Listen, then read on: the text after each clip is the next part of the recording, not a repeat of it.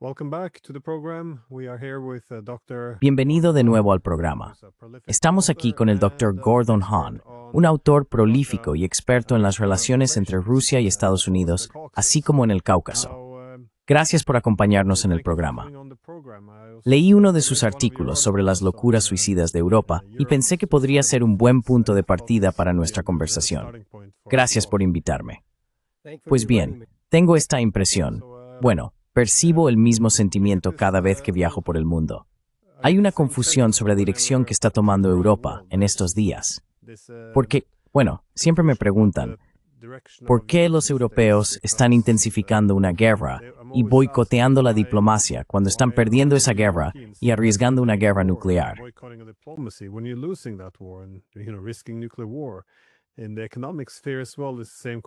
También en el ámbito económico se plantea la misma cuestión.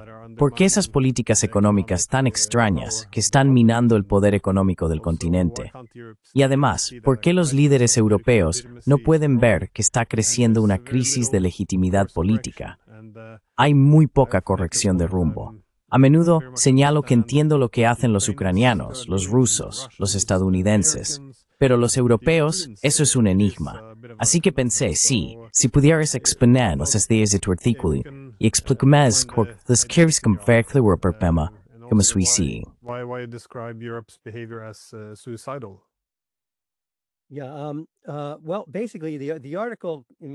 Sí, bueno, básicamente el artículo, en mi opinión, quizá exagera esa idea.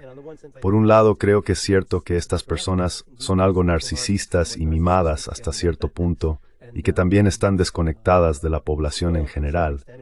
Pero otro aspecto, creo, es que están muy ideologizadas. En otras palabras, son una especie de idealistas radicales. No son realmente en ningún sentido verdadero realistas. Y si defines a los realistas del modo en que John Mearsheimer lo hace con elocuencia, y tú también lo haces a menudo con elocuencia, estamos hablando de un enfoque realista de la política internacional. Uno en el que se reconoce que el conflicto es inherente al sistema, porque es un sistema anárquico.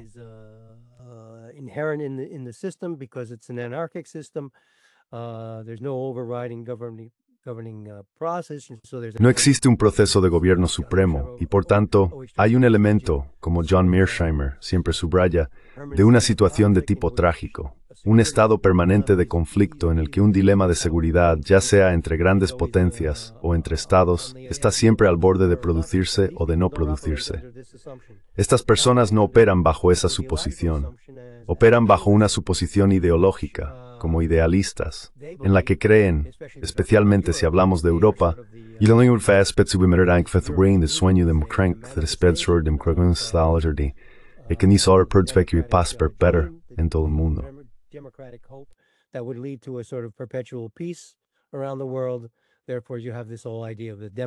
Por lo tanto, existe toda esta idea de la paz democrática, ¿verdad? Según la cual los estados democráticos no entran en conflicto entre sí. Los estados democráticos solo entran en conflicto con los estados autoritarios, y por supuesto, eso es culpa de los autoritarios. Nunca es culpa de los estados democráticos o republicanos.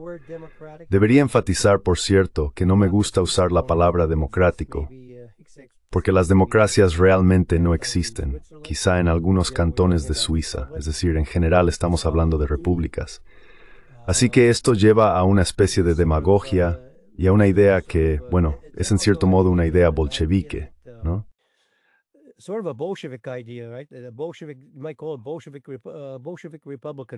Podrías llamarlo republicanismo bolchevique, donde estas personas están dispuestas a utilizar cualquier medio para lograr su objetivo de construir un mundo republicano, que consideran un resultado inevitable, tarde o temprano. En cuanto a las políticas, lo curioso es que hay numerosas contradicciones. Algunas de estas contradicciones están integradas en la propia estructura de la UE, no solo por la falta de pragmatismo de estos ideólogos, sino por el hecho de que existe una especie de soberanía dividida. Es un poco como la idea del plurinacionalismo en la identidad nacional, ¿verdad? Así que si eres alguien que vive, en Baviera, te autoidentificas como bávaro, alemán y europeo. Pues bien, el mismo problema surge en la Unión Europea en relación con la soberanía, ¿no?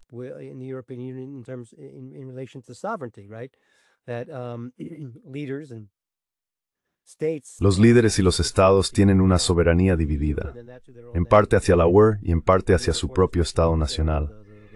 Y con el tiempo, especialmente en esta era de globalistas, la soberanía del Estado se ha sacrificado en favor de la soberanía de Europa, de la URSS. Así que surgen todo tipo de contradicciones en las políticas, ¿verdad? Por un lado, y la OTAN, por cierto, debo añadir, es un elemento crucial, existen todo tipo de contradicciones extrañas. Por ejemplo, Francia sigue comprando petróleo a Rusia e importando gas natural. Compran el petróleo a través de India y Turquía. Han cambiado al gas natural licuado estadounidense tanto como les ha sido posible, pero eso se hace a costa de pagar precios más altos por el gas y por el petróleo, que India y Turquía revenden con un recargo.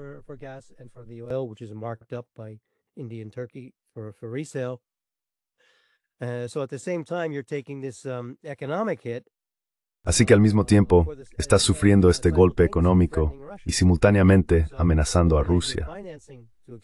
Por un lado, estás financiando hasta cierto punto, claro. Europa ha reducido alrededor del 90% de sus compras de energía rusa, pero aún hay algo de dinero que va en esa dirección.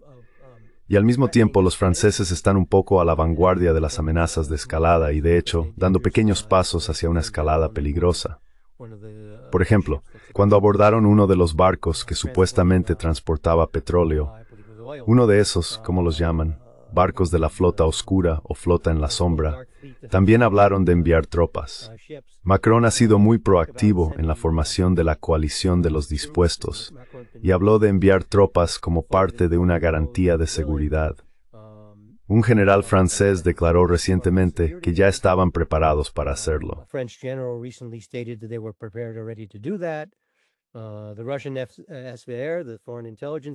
El SVR ruso, el Servicio de Inteligencia Exterior, afirma que ya hay tropas francesas en Odessa. Y más recientemente, hace aproximadamente una semana, afirmaron que hay unos 2.000 soldados, en su mayoría latinoamericanos, de la Legión extranjera francesa entrenando en Polonia, listos para ser desplegados, quizás en Odessa o en el marco del plan de garantías de seguridad que aún no se ha puesto en marcha. Así que existe esta contradicción. Por un lado, se está financiando a los rusos y por otro, aparentemente se está dispuesto a ir a la guerra con ellos. Otro asunto vinculado a esta idea de soberanía dividida es la cuestión que se ha planteado sobre la utilización de los activos rusos congelados, 300.000 millones de euros en activos rusos, para ayudar a financiar la asistencia a Ucrania.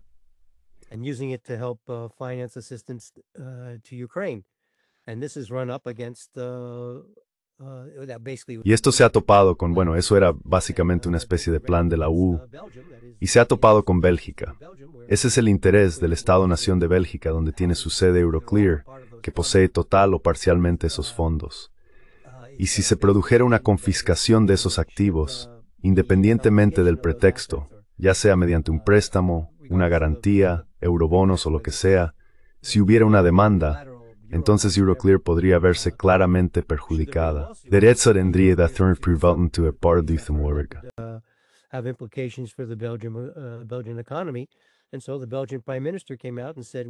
Y así, el primer ministro belga salió y dijo, bueno, ya sabes, estamos perfectamente contentos de formar parte de la coalición de los dispuestos, pero también queremos formar parte de la coalición de los que pagan.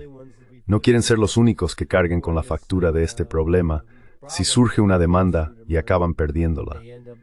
Así que, de nuevo, tienes esta contradicción entre la soberanía estatal, la soberanía europea y los objetivos de la OTAN, que son esencialmente infligir una derrota estratégica a Rusia, cueste lo que cueste, para poder seguir ampliando la OTAN. Ese es todo el propósito de la OTAN frente a Rusia. Por eso llamo a esto la guerra OTAN-Rusia-Ucrania. No es tanto una guerra ucraniana como una guerra entre la OTAN y Rusia.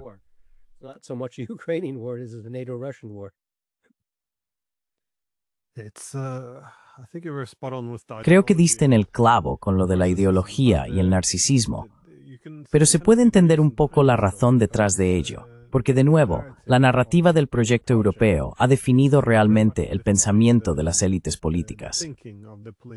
Después de la Segunda Guerra Mundial, tras siglos de europeos matándose entre sí en las grandes guerras, De repente formaron la Comunidad del Carbón y del Acero para crear transparencia y cooperación económica con el fin de establecer la paz, trascendiendo efectivamente la historia misma.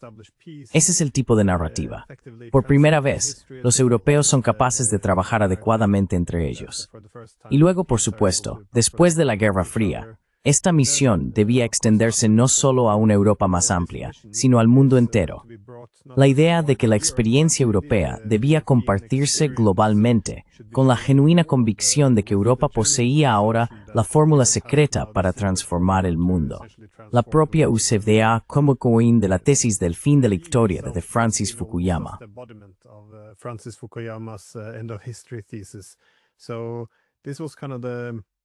Así que esta era, en cierto modo, la predicción, la lógica y la autoimagen que mantenían las élites europeas. Ahora bien, todas estas son teorías muy atractivas. Es la misma razón por la que en ciencia política a menudo observamos una inclinación hacia las teorías liberales entre los líderes políticos. Porque resulta más atractivo pensar que se puede transformar el mundo que aceptar que algunos problemas no pueden superarse.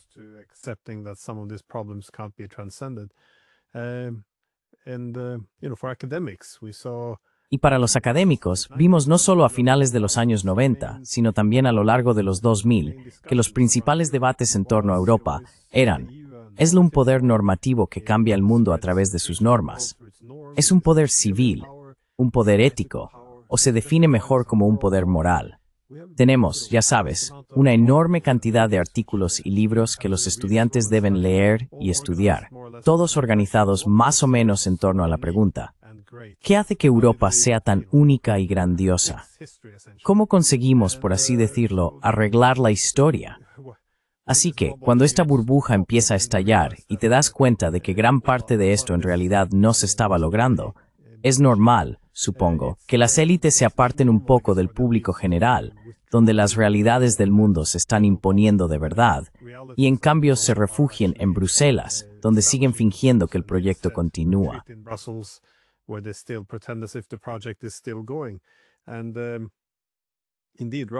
Y de hecho, se considera que Rusia es la principal amenaza para este proyecto.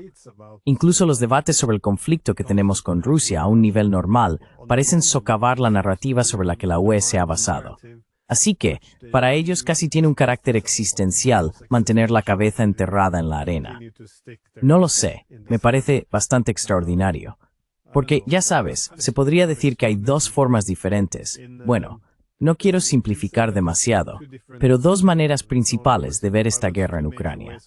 Una es el argumento que prefiere la UCD, que los rusos son simplemente expansionistas, que quieren restaurar la Unión Soviética. Y para evitarlo, con la UE viéndose a sí misma como portadora de una gran misión histórica para cambiar el mundo, nos corresponde a nosotros en Europa armar a Ucrania, asegurarnos de que los costes sean demasiado altos y garantizar que Rusia no pueda salirse con la suya.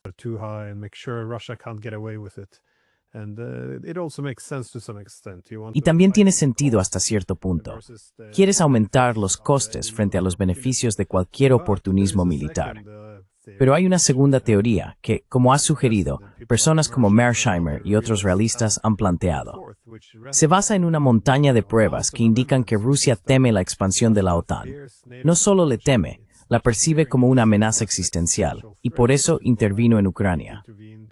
Ahora bien, si esto es cierto, cualquier escalada militar solo será respondida con una mayor escalada por parte de Rusia, y el resultado no será la paz. Será la destrucción total de Ucrania y posiblemente una guerra nuclear con los países de la OTAN. Así que, ya sabes, tiendo a inclinarme por la segunda opción. No solo tiendo, estoy muy convencido de que es la segunda, pero puedo admitir que podría estar equivocado. Sin embargo, lo extraordinario en Europa es que es completamente imposible mantener algo que se parezca a un debate.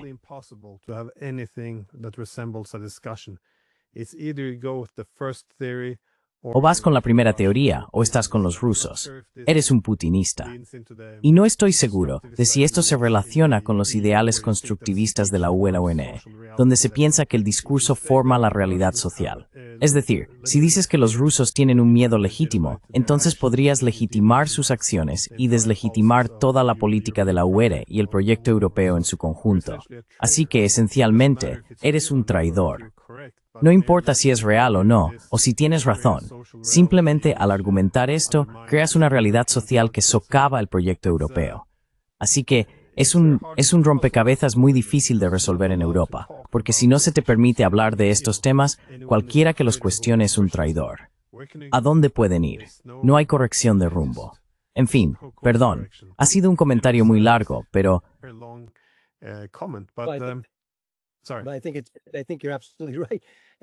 Creo que tienes toda la razón. Y la ironía de la situación es que, por un lado, están dedicados a este proyecto de difundir el republicanismo por todo el mundo, la libertad de expresión y todos esos otros valores. Pero por cierto, en Europa la libertad de expresión nunca ha estado realmente, desde luego no está constitucionalizada en muchos países. Y ahora durante esta guerra, en realidad está sufriendo un gran golpe en muchos países europeos. Así que existe esta ironía. Por un lado, Europa participa en este gran proyecto de el republicanismo por todo el mundo, junto con Estados Unidos.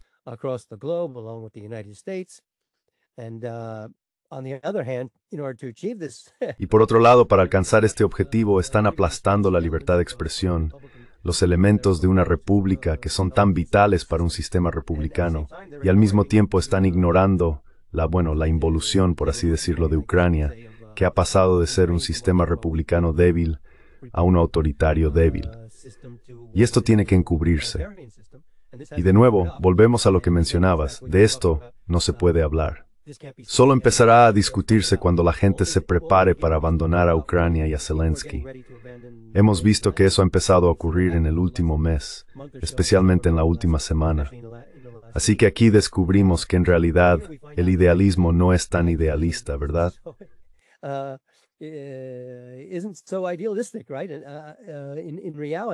En realidad, estaban dispuestos a sacrificar sus ideales para alcanzar esos objetivos. Por supuesto, tenemos un problema mucho mayor, ¿verdad? En cuanto a intentar discernir hasta qué punto los ideales, es decir, el ideal del republicanismo, realmente impulsan las cosas. Porque claro, al ampliar la OTAN, también se amplía la esfera en la que el complejo militar industrial occidental puede vender sus armas, realizar otros tipos de negocios y quitarle negocio a Rusia. Así que, en realidad, hay una especie de tensión en todo el sistema. Y eso lo que está aflorando. La realidad del realismo está saliendo a la luz en el proceso de intentar implementar todo esto, ¿verdad?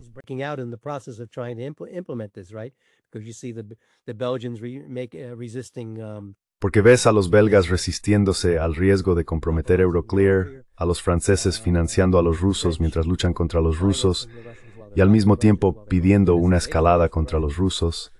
Así que todo es muy confuso. Y uno se pregunta, ¿sabes? Me cuesta discernir qué papel pesa más. ¿Es la ideología o son los factores económicos los que impulsan esto? La expansión de la OTAN, por ejemplo. Obviamente es algún tipo de combinación, pero su intento de negar el realismo exista realmente les ha llevado a chocar con el realismo en norteamericanos y simplemente murió. Y ese país es Rusia, ¿verdad?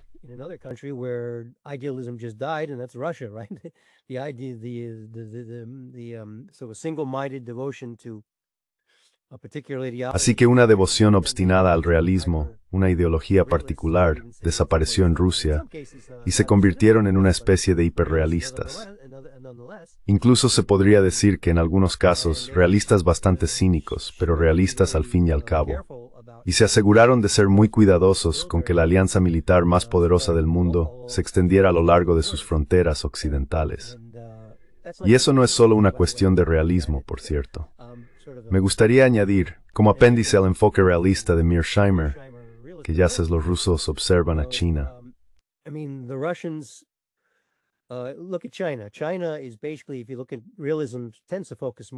China, si la observas a través del prisma del realismo, tiende a centrarse más en las capacidades que en las intenciones, hasta cierto punto. Así que si miras a China, sus capacidades en términos de poder militar, poder económico y demás, probablemente se esté acercando, si no superando, a Europa. Tal vez no a la OTAN, porque incluye a Estados Unidos, pero ciertamente se está aproximando a ese nivel de poder y lo hará en las próximas décadas. Por tanto, hay una razón realista para que los rusos sean un poco cautelosos. Pero en realidad no vemos tanta cautela si es que esa palabra existe. Y creo que una de las razones es que no hay una larga historia de conflicto con China que haya generado, dentro de la cultura política y estratégica rusa, el tipo de profunda desconfianza que sí tienen hacia Occidente.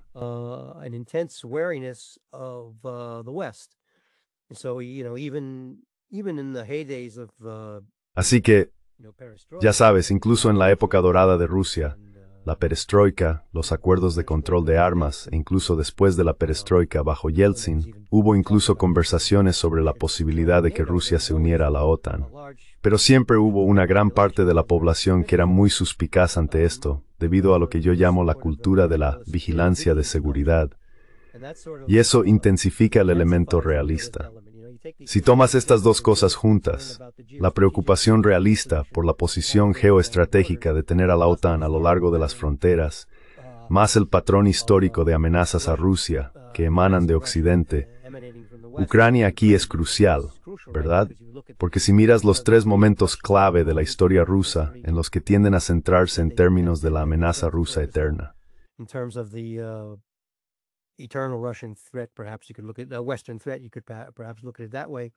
Quizás podrías ver la amenaza occidental de esa manera. Ya sabes, la invasión respaldada por los polacos durante la Smuta, el tiempo de las turbulencias, a comienzos del siglo XVII. Luego, por supuesto, durante la época de Hitler, ¿verdad? Porque una de sus principales rutas de invasión fue a través de Ucrania. Una se dirigía a San Petersburgo, otra hacia Moscú y otra hacia Kiev.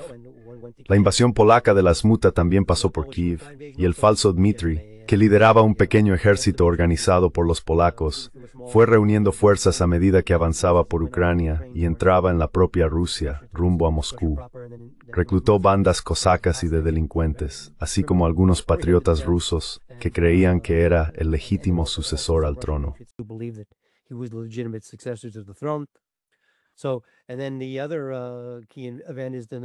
Y luego, el otro acontecimiento clave es la invasión napoleónica, que llegó a través de lo que hoy es Bielorrusia, junto a Ucrania, y en la que Occidente también se ha centrado al intentar fomentar las revoluciones de colores. Así que todos estos episodios de la historia, ya sabes, si vas a Rusia, cada vez que ves la televisión rusa por internet, vas a un ballet ruso o a una ópera rusa, te encontrarás constantemente con este tema del Smuta y de la amenaza militar que emana de Occidente. Y esto también se trasladó a la política interna, porque a un tiempo existía una amenaza militar externa.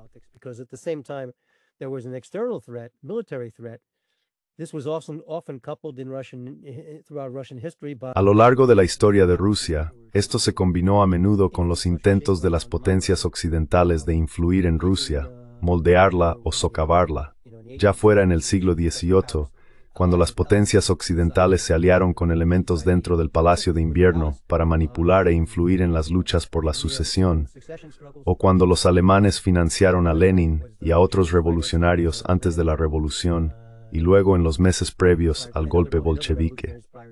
O cuando el Vaticano, al menos de forma moralmente solidaria y sin duda a un nivel inferior en el ámbito de la Iglesia Católica en Polonia, recaudaba fondos para apoyar al ejército del falso Dmitri que entró en Rusia a través de Ucrania. Todo ello ha dado lugar a una especie de cultura de vigilancia y seguridad dentro del país.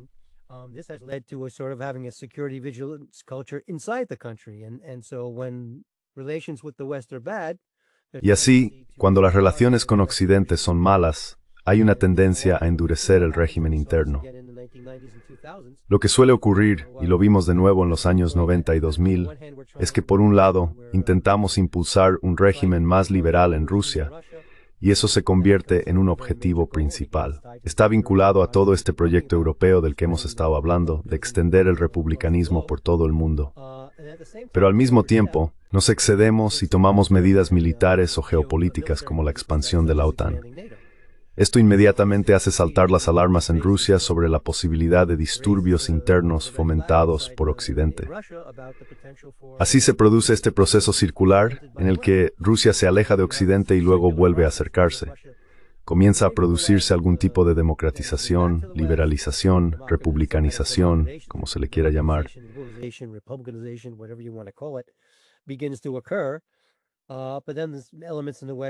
Pero entonces los elementos de Occidente utilizan eso para aprovecharse de Rusia o tomar medidas que militar o geopolíticamente amenazan la seguridad nacional o los intereses nacionales rusos.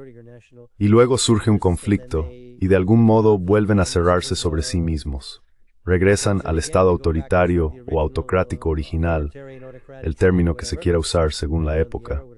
Y entonces todo el proceso comienza de nuevo. Hemos pasado por 3 o 4 ciclos de esto, y tiene que repetirse. Está claro que aquí hay un problema y mucho de esto tiene que ver con, y por supuesto, en el otro lado de la moneda, hay una especie de efecto cultural de todo esto en Occidente.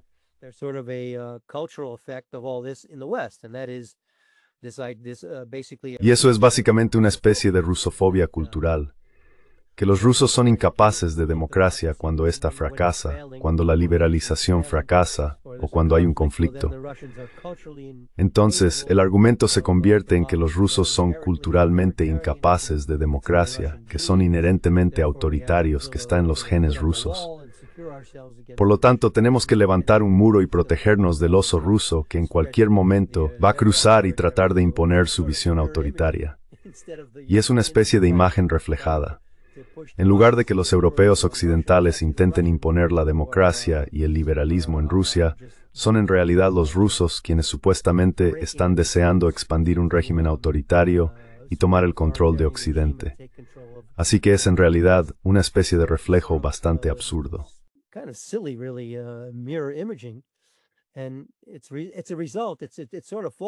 Y es el resultado, una especie de posición de respaldo, una posición por defecto.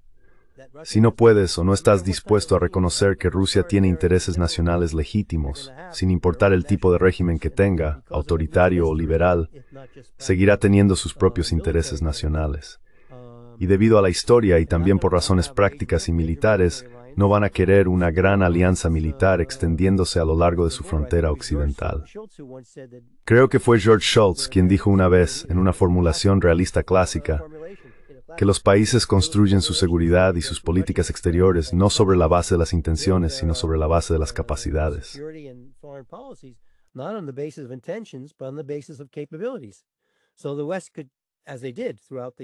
Así que Occidente podría, como hizo durante todo el proceso de expansión de la OTAN, decir, bueno, no estamos apuntando a Rusia. Simplemente intentaban ampliar la esfera democrática e incorporar a otros países que forman parte de Occidente a la arquitectura de seguridad, política y económica occidental, y así sucesivamente. Y esto no tiene nada que ver con Rusia, nada que ver con apuntar a Rusia, por lo que Rusia no debería sentirse amenazada por ello. Pero esto es una locura, claramente absurdo. Sabes, solía decirles a mis estudiantes hace ya 15 o 20 años cuando enseñaba en Estados Unidos, que imaginaran si existiera un ejército, si Rusia, si la Unión Soviética, o Rusia de algún modo sin la Unión Soviética, hubiera ganado la Guerra Fría.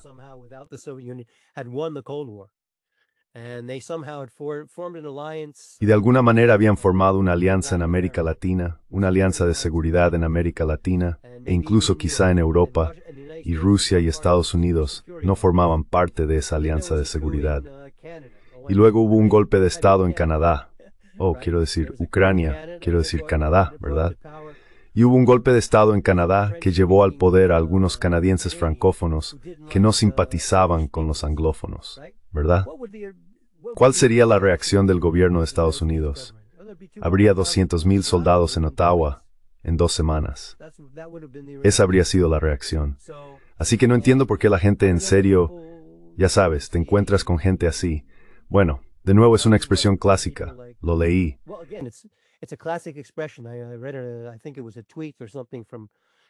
Creo que fue un tweet o quizá un video en el que Michael McFaul, el ex embajador de Estados Unidos en Moscú y asesor de seguridad nacional de Obama, hizo esta afirmación. No es algo nuevo, lo ha dicho muchísimas veces, pero lo estaba repitiendo. que Putin no tiene miedo y que siempre lo personaliza. Es Putin, no Rusia. Bueno, si solo hablas de Putin, entonces puedes ignorar todos esos factores históricos y culturales, de los que tiene un conocimiento muy limitado porque no los toma en serio, así como los factores geoestratégicos y políticos, y centrarte únicamente en la personalidad. La idea es que, si Putin no fuera un tipo tan malo, no tendríamos estos problemas. Pero la realidad es que Putin sí tiene miedo, no de la expansión de la OTAN, sino de la democracia.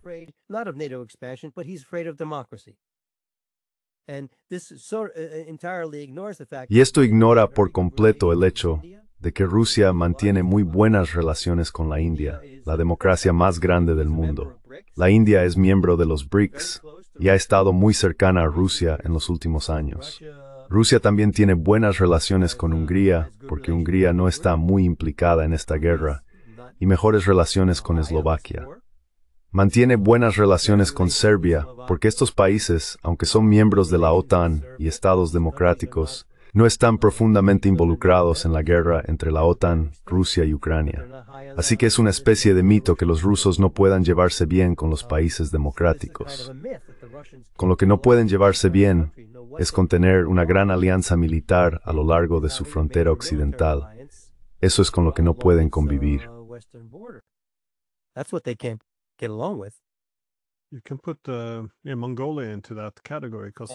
Puedes incluir a Mongolia en esa categoría porque se está democratizando bastante bien y es un país sin salida al mar, encajado entre China y Rusia.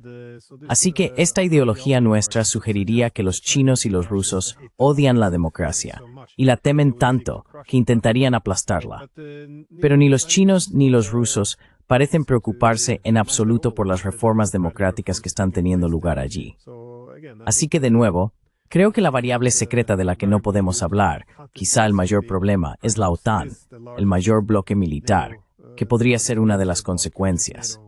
Pero también creo que esto nos lleva de nuevo a lo que decías al principio sobre la autoilusión. Si definimos a la OTAN como una fuerza del bien, eso se convierte en la condición para que la hegemonía sea vista como algo beneficioso para todos, como un hegemón benigno.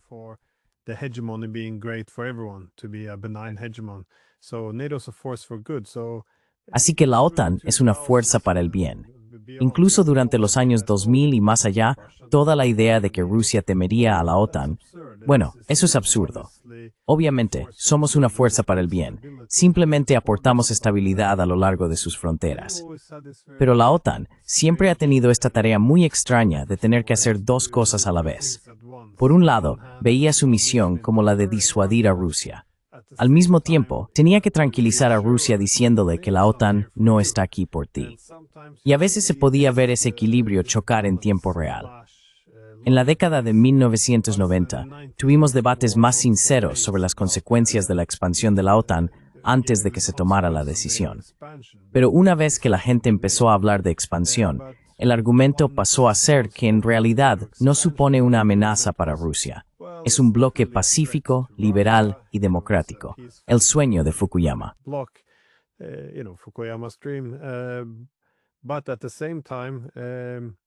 Pero al mismo tiempo, si se planteaba la pregunta, bueno, ¿y si eso aliena a Rusia y provoca el caos, fortalece a las fuerzas nacionalistas? Entonces había personas como Madeleine Albright que decían, bueno, para eso está la OTAN, tenemos a Rusia más o menos rodeada. Así que se quiere tener las dos cosas. La OTAN no está dirigida contra Rusia, no hay nada que temer. Pero si ocurre algo, entonces tenemos a la OTAN, la póliza de seguro, lista para volver a actuar contra Rusia.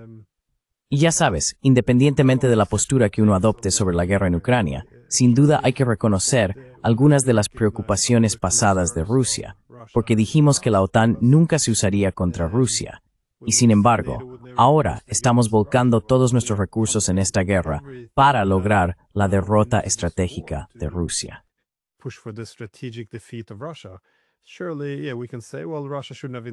Claro, sí, podemos decir que, bueno, Rusia no debería haber invadido Ucrania, de acuerdo. Pero aún así, la OTAN está ahí en la competencia por la seguridad. Ahora tienes un bloque militar enorme, y aún así no se admite que quizá esto fuera una preocupación. Sí, sobre algo que dijiste acerca de que Europa creía haber trascendido su historia, me parece interesante, porque repasaste parte de esa historia. Y para los rusos, ellos lo ven de una manera muy diferente.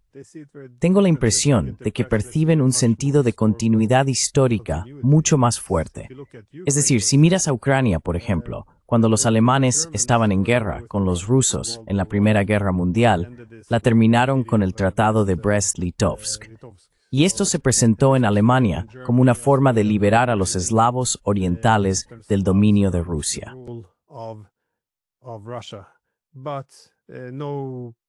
Pero no, supongo que prácticamente todos los historiadores estarían más o menos de acuerdo en que esto fue realmente una tapadera, no para liberarlos de Rusia, sino para sustituir el dominio ruso por el dominio alemán.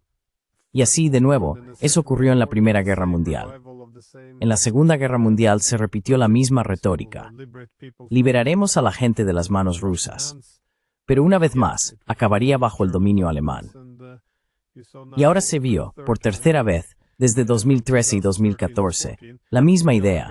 Estamos aquí para ayudar a Ucrania, para liberarla del dominio ruso. Y todos estos hechos fueron ignorados, como el hecho de que la mayoría no quería un golpe. Cuando los propios ucranianos propusieron en 2013, hagamos un acuerdo trilateral, así no estaremos dominados por Rusia, pero tendremos un pie en ambos bandos.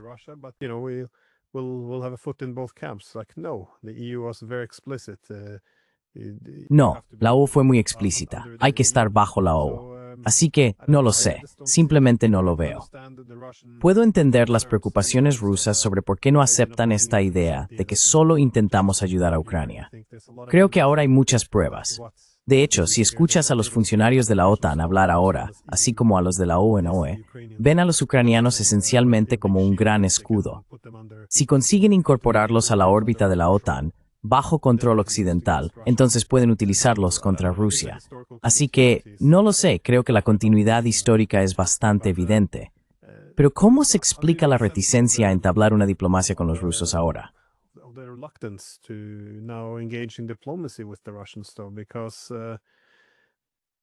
Porque esto supone un cierto distanciamiento de la UE. Si vamos al núcleo de la identidad de la UE, la idea principal era, ya sabes, no enviamos armas a países en guerra.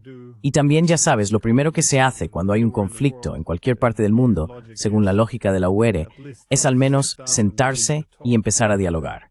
Ese es el primer paso para resolver cualquier conflicto. Sin embargo, esta vez, el alto representante de la política exterior de la UE, bueno, el anterior Borrell, dijo que esto se resolvería en el campo de batalla. Y durante los últimos 3 años y medio, más o menos, hemos boicoteado la diplomacia. ¿Cómo ves que encaja esto o qué dices sobre la lógica de la UE?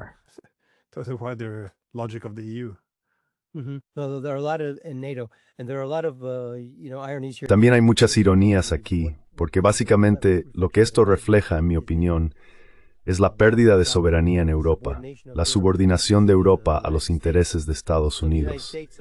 Estados Unidos está dispuesto a asumir más riesgos hasta cierto punto porque está más alejado de la línea del frente, por así decirlo. En este caso tenemos una verdadera línea del frente en la guerra de Ucrania.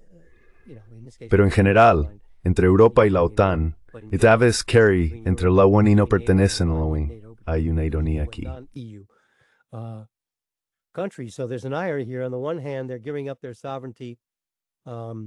Por un lado, están renunciando a su soberanía para subordinarse a los Estados Unidos. Por otro lado, están renunciando de nuevo a su soberanía. Los estados nacionales de la UE y la OTAN la están entregando a estas grandes organizaciones internacionales que supuestamente representan a la llamada comunidad democrática. Pero al mismo tiempo, estas organizaciones están profundamente divididas. Si uno se fija en el gasto en defensa, según el principio de la OTAN, todos the bar destinare bodig forpidder smor splatis.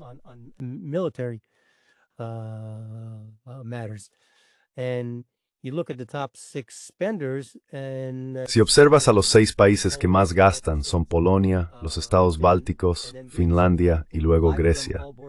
Ya sabes, 5 de ellos limitan con Rusia, así que se puede entender que tengan un interés de tipo realista en cumplir con ese estándar. Son los únicos que gastan más del 2%. El otro, Grecia, gasta ese dinero simplemente para protegerse de Turquía y para aumentar la probabilidad de que haya algún tipo de acción del artículo 5 si ocurriera algo en Chipre.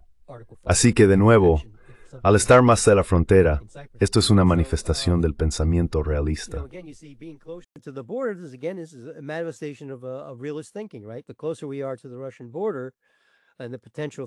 Cuanto más cerca estamos de la frontera rusa y de la amenaza potencial, más dispuestos estamos a sacrificarnos económicamente para reforzar la OTAN ante cualquier problema futuro.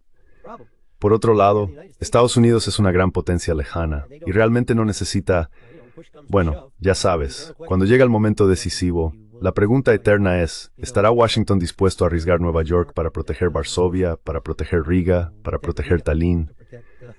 Así que, de nuevo, es un catch-up-function de Murder que puede no funcionar bien.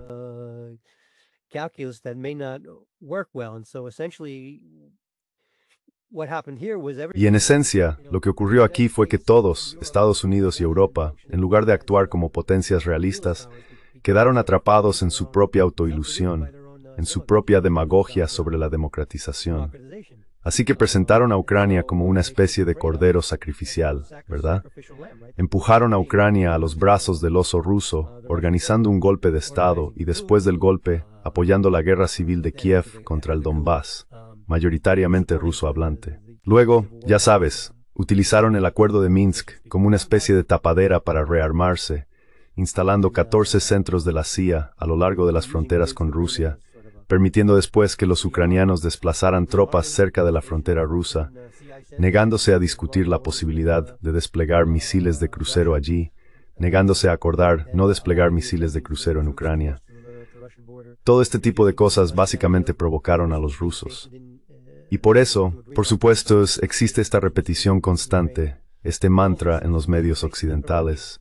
Cada vez que mencionan la guerra, hablan de la guerra no provocada de Putin. La guerra no provocada de Putin.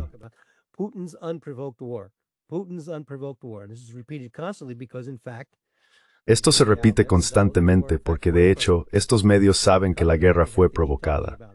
Así que para encubrirlo, tienen que seguir hablando de esta guerra no provocada. El otro aspecto aquí es que con la expansión de la OTAN más allá, más cerca de las fronteras rusas, los países que tuvieron conflictos pasados con Rusia ahora están implicados de nuevo, sin importar de quién fuera la culpa, ¿verdad? Polonia ha tenido conflictos con Rusia. Hubo 4 particiones Polonia. Lo que a menudo se olvida cuando se habla de Rusia particionando Polonia es que las potencias europeas participaron en esas particiones. Austria, Hungría y otros.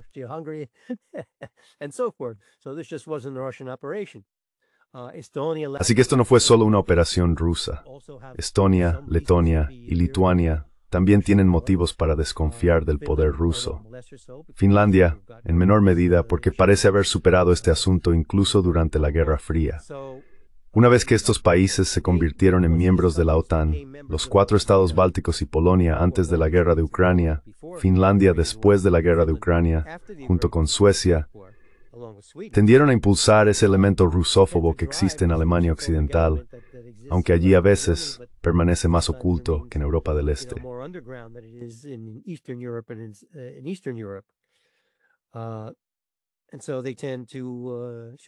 Y así tienden a inclinar la balanza a favor de una mayor rusofobia dentro de la UE y dentro de la OTAN, lo que también contribuyó a provocar este conflicto. Y ahora vemos que esta dinámica alcanza su punto álgido con Kaja Kallas como ministra de Asuntos Exteriores de la UE, entre otras cosas. Así que, de nuevo, es una situación muy conflictiva que solo puede resolverse teniendo en cuenta los intereses de todos los países, incluido el del otro lado. En este momento, Occidente simplemente no está dispuesto a hacerlo, y parte de ello tiene que ver con la degradación de la democracia en nuestro propio entorno.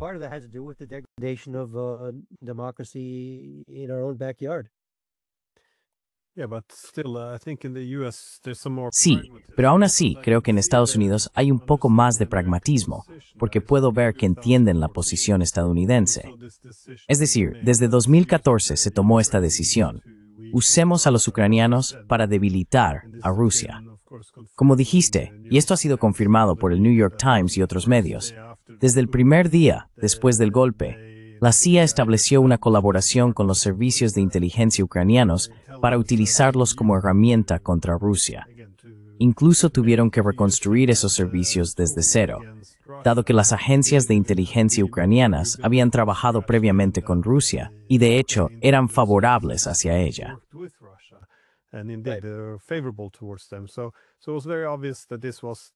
Así que era muy evidente que este era el objetivo desde el primer día, mucho antes de que Rusia interviniera de ninguna manera.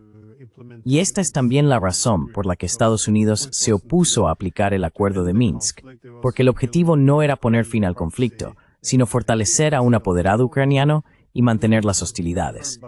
Y como sabes, esto ha sido confirmado también por numerosos dirigentes estadounidenses, desde Romney hasta Keith Kellogg. Pero, aún así, se observa este pragmatismo estadounidense. Cuando se ha perdido la apuesta o la guerra, se produce cierto ajuste a la realidad. Es decir, transferir tanto la responsabilidad como las consecuencias a los europeos, para tomar más distancia.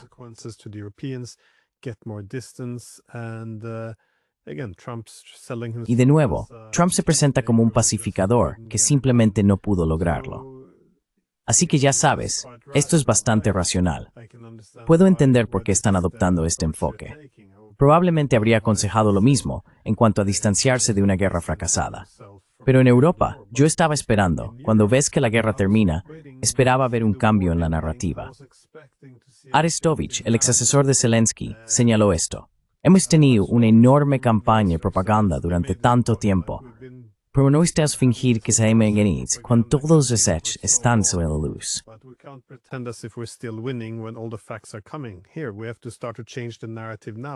Tenemos que empezar a cambiar la narrativa ahora para que el público se acostumbre a la idea de que las cosas no van por ese camino. Pero en Europa, esto no está ocurriendo en absoluto. Seguimos con la retórica de que fue algo no provocado. Putin sigue siendo Hitler. Rusia sigue queriendo restaurar la Unión Soviética. Bueno, si esa es la narrativa, si el adversario no tiene intereses ni preocupaciones legítimas, y es simplemente malvado, entonces no es posible llegar a ningún compromiso. Así que no se está haciendo nada. Realmente vamos a hundirnos con el barco en este asunto, creo. Hubo una entrevista interesante, una rueda de prensa reciente, con Orbán y Trump.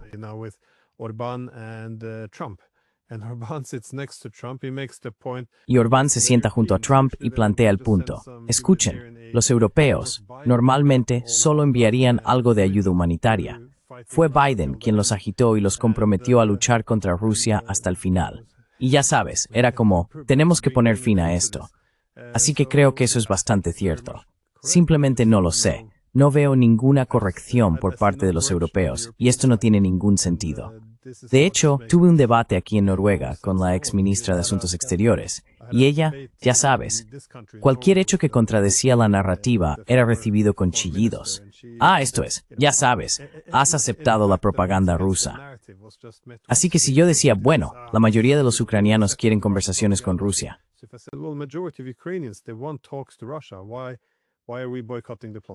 ¿Por qué estamos boicoteando la diplomacia? Y bueno, esto es según Gallup. Pero Gallup no es una fuente creíble. Quiero decir, es una de las mayores organizaciones de encuestas. Es estadounidense. Nunca he oído a nadie cuestionar la credibilidad de Gallup. Señalé que incluso del lado estadounidense, Trump, al menos en 2 ocasiones, ha dicho que la OTAN provocó la guerra. Puedes hacer una búsqueda rápida. Lo encontrarás hablando de ello en YouTube. No, nunca ha hecho tal comentario.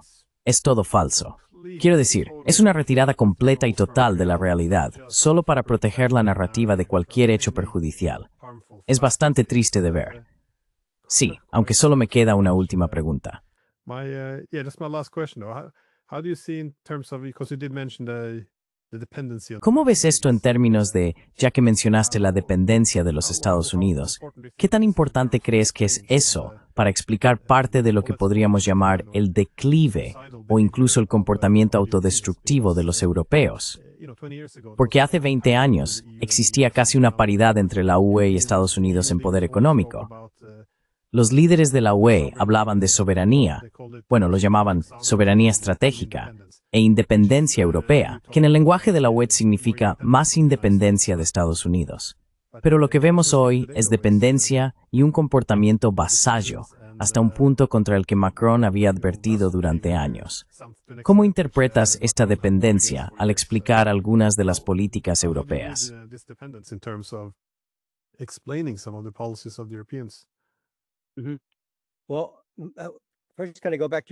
Bueno, primero voy a volver a tu declaración anterior, porque creo que hay cosas importantes que decir ahí. Creo que hay un elemento de autoengaño, pero ese autoengaño se extiende más allá de la élite. Han creado un problema político para sí mismos a nivel interno. Han estado difundiendo esta propaganda de que Rusia va a conquistar Europa, de que Putin quiere recrear el imperio ruso. Y ahora esto se cree en ciertos sectores de la población. Hay otros que entienden que esto se dice con fines políticos, y o bien se suman a ello porque están politizados o no.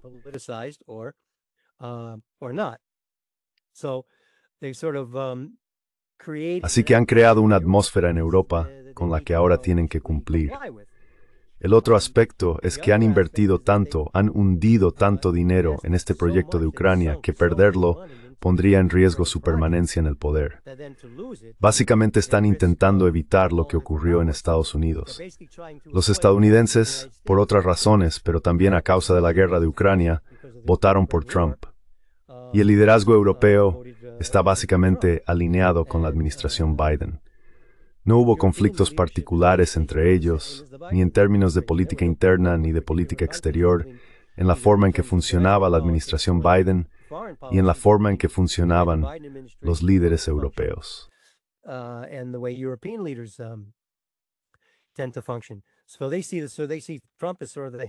Así que ven a Trump como una especie de advertencia, y por lo tanto hay que evitar la paz porque Trump la apoya, y hay que derrotar a Trump porque eso tiene implicaciones internas para ellos.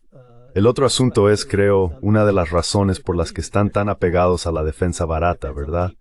A través de la OTAN, la mayoría de los países que mencioné antes no pagan el 2%. Estados Unidos proporciona la mayor parte de la cobertura nuclear. Y sobre esa base, los europeos han podido vivir muy cómodamente y construir grandes economías y estados de orientación socialista que mantienen a la población mínimamente satisfecha.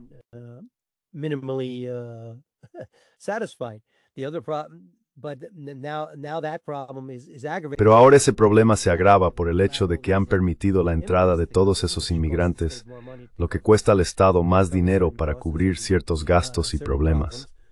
Así que necesitan esto. Necesitan al tío Sam, el gran papá de Estados Unidos, para seguir financiando su defensa militar. Y la única manera de hacerlo es ganar la guerra de Ucrania.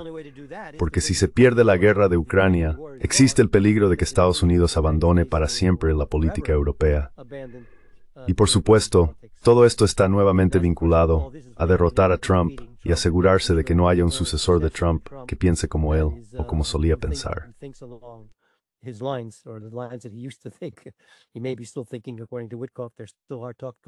Según Witkoff, puede que todavía esté pensando que hay conversaciones duras en marcha, así que ya veremos.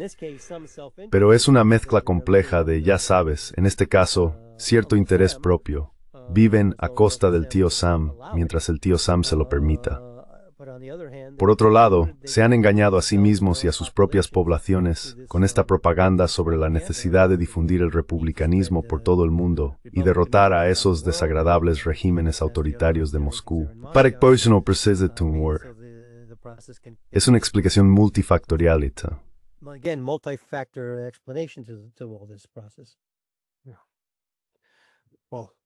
Bueno, gracias por todo el tiempo por distribuir y de compartir tus ideas. ¿Dónde puede la gente encontrar tu trabajo? En mi sitio web, ya sea en gordonhahn.com o en mi Substack, que se llama Considering Russia and Eurasia, publico artículos sobre diversos temas, desde la política rusa y euroasiática hasta la cultura rusa, las relaciones entre Estados Unidos y Rusia y otros asuntos. Bueno, dejaré un enlace en la descripción, así que gracias de nuevo y que te vaya bien. Have a good one. De acuerdo. Gracias por invitarme. Cuídate, Glenn.